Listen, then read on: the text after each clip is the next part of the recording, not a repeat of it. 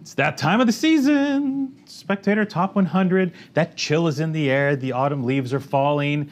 And the Spectator gives us 2 wines a day for a whole week leading up to the wine of the year. And hey, you know, I keep an eye out on this. You know, it's good. It's really one of the biggest deals in the American wine industry, the Spectator Top 100 list every year. And granted, you know, some of the bloom has fallen off, like the bottom 60.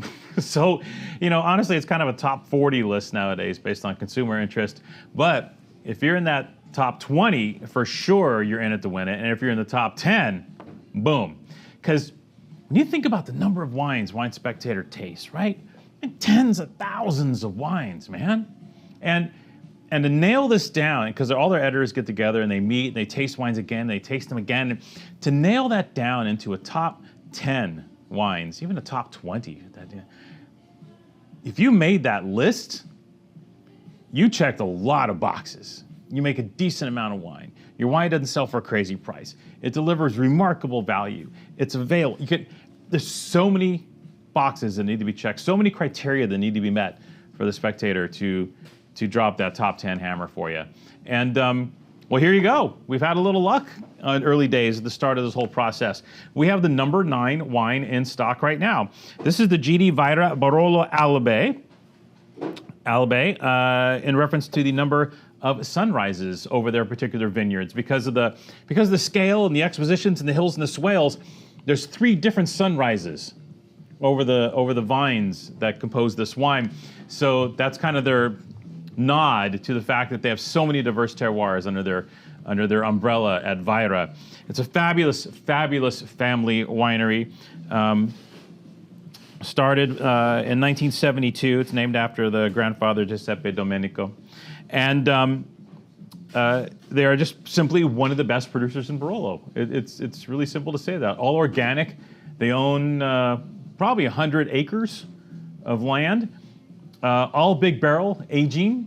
I mean, it's as true and clear and clean and family and beautiful and traditionally Piedmont as it gets, with an eye towards making wines that are just sleek, refined, and classic in their presentation.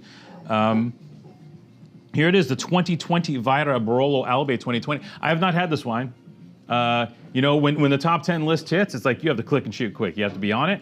And we were really fortunate that the importer worked with us on this wine and gave us the opportunity to talk about it with you today, because this stuff's going to sell out. Anything in the top 10, boom, is gone, usually in a day or two, nationally. So this is kind of a big deal. We're pretty stoked to be able to show this wine to you today. And I'm pretty stoked to taste it, honestly. 2020, I personally called it like a danger zone vintage, but danger zone for all the right ways. This is a charming vintage of the nth power.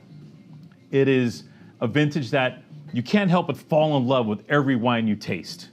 Now, that being said, it is sandwiched by 2 great traditional classic vintages, 19 and 21, with their more powerful tannin structures, their greater ability to age, their maybe another slight layer of complexity, their gras, right?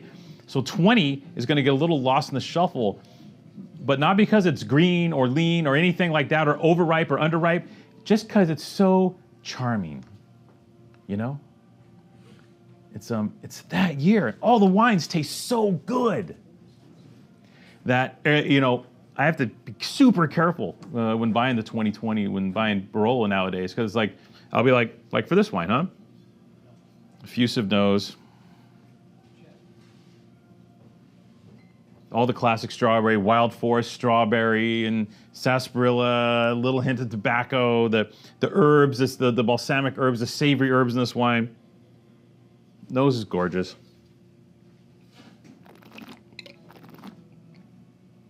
On the palate, not powerful, but mouth-filling, complete. The tannins here are so suave for young Barolo.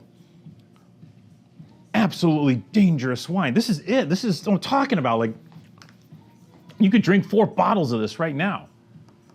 And not because it's not balanced or unbalanced one way or the other, or this or that. It's just, And these 20s are just, wines, and you get enchanted by them, and all of a sudden you have a bunch of 20 on the shelf, and then 21's gonna show up, and everyone's gonna be like, can I get the one that got scored a point higher? And you're gonna be like, dang it, as a merchant. And I will not fall into that trap. But this wine is not a trap wine. This is a Wine Spectator number 9 Wine of the Year wine. It is also Wine Advocate's one of their greatest Barolo values of the vintage year after year, including this one. Read the tasty note when you scroll down below on the written write-up. It is a no-brainer Barolo of the highest order. Hits the shelf 45-ish, I think. Double 94 points. I don't know what other accolades. Like, what do you want this wine to do? And this wine does it all with aplomb and joy and character and identity. And the Vajra family's always done this. They made some of the top wines of the 18 vintage. You know, 18 wasn't a great year, difficult year. And their Brico del Viole we got out there, what a wine. One of the top wines of the vintage, man. Vajra absolutely kills it. And if you don't know the name yet, you know, the Barolo cognoscenti kind of know already. But if you don't know the name yet, you will now. Outstanding wine. This is adorable.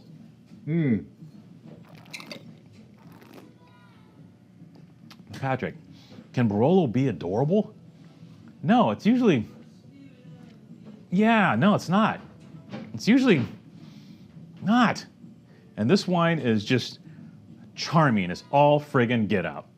Good on the Vajra family. Congratulations on your top 10 nod. We will sell out of your wine today. And with any luck, hopefully get a little more. So, cheers.